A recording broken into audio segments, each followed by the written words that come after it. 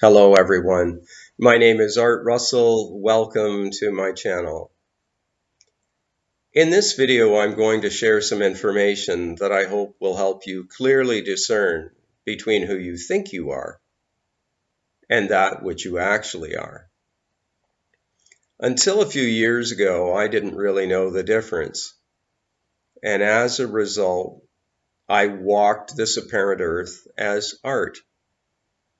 Art Russell, the character, the person that's made up of name and form, race, nationality, gender, age, feelings, thoughts, emotions, and history.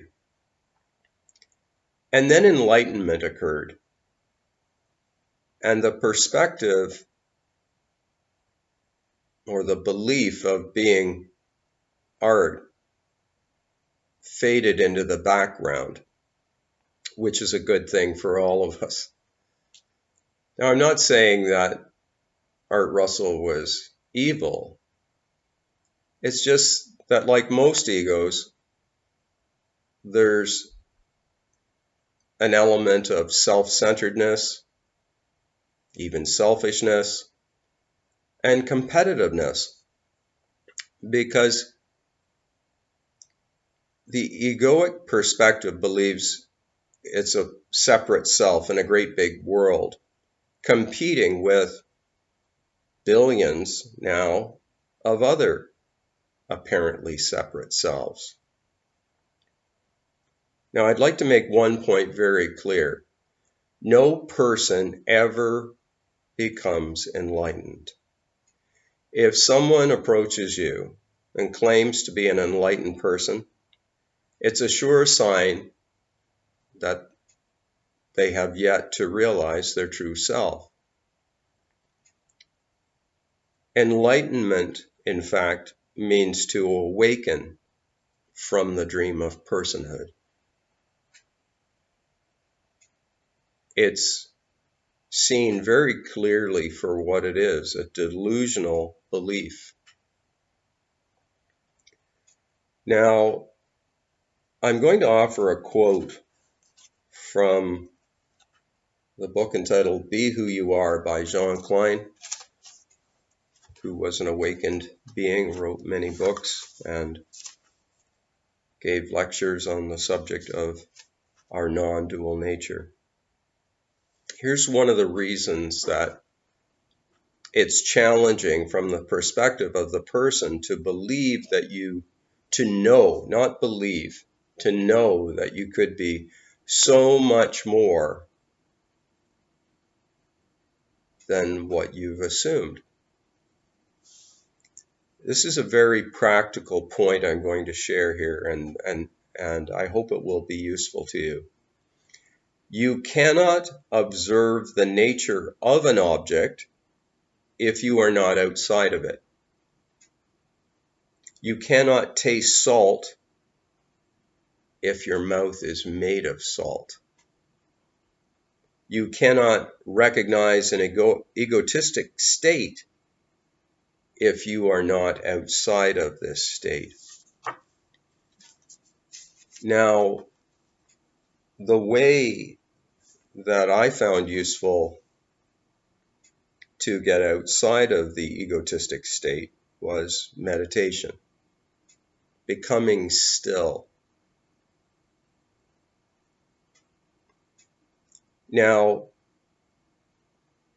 our conditioning about the ego is so strong that there can be the danger that it's not really a danger, but that our ego will pretend to be very spiritual and, take on this lovely stereotypical behavior of a spiritual ego. So that type of, it's still related to the person's perspective, just one that might adopt certain behavior. This is not what we're talking about.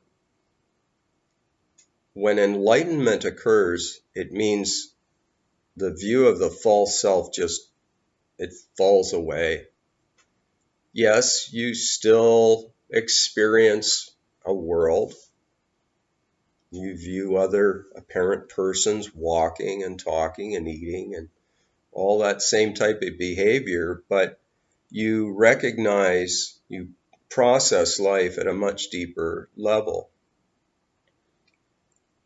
Now, there are cases of beings who've spontaneously awakened, such as Ramana Maharshi or Eckhart Tolle, and where truth has reigned from that point forward. But for a lot of us, I call it toggling can happen, vacillating back and forth between the old conditioned perspective of the world and then realizing, come back, come back, come back to truth. Now, Ramana Maharshi, who awakened to his true nature suddenly at the age of 16, I read that he described this process that can happen as being similar to a fan that's been shut off through recognition of our true self. And then suddenly, on certain occasions, certain energies dominate, and the perspective of the person begins to spin again. And I think the fan, there's other analogies that are good too, but I like the fan because it's very similar to what Eckhart Tolle has expressed about the mind. Basically, if you pay attention, you can hear it. That inner narrative that said, I should do this, I shouldn't do that. I'm going to look cool if I do this. I'm going to look really like a loser if I do that. And then in the stillness, we recognize the presence, capital P, uppercase, that we are. And we've caught the ego at its tricks, masquerading as the real us.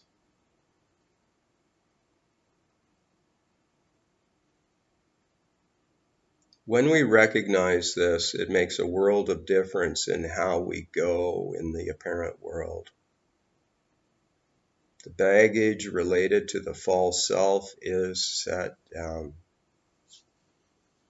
We recognize that every moment is fresh and anew, and that we don't have to carry all the pain, the suffering, the history of the apparent self. This is the gift that I hope that you'll give yourself. Again, we don't pretend to this. That would just be the ego. When realization occurs, it's like a light being turned on. Actually, that's not a good analogy. The light's always been on. It's just been covered with the darkness related to the ego. Anyway, I hope this information has been useful to you. Meditation, even a few minutes a day, is a great way of being able to watch that fan, the fan of the ego. I'm not a fan of the ego.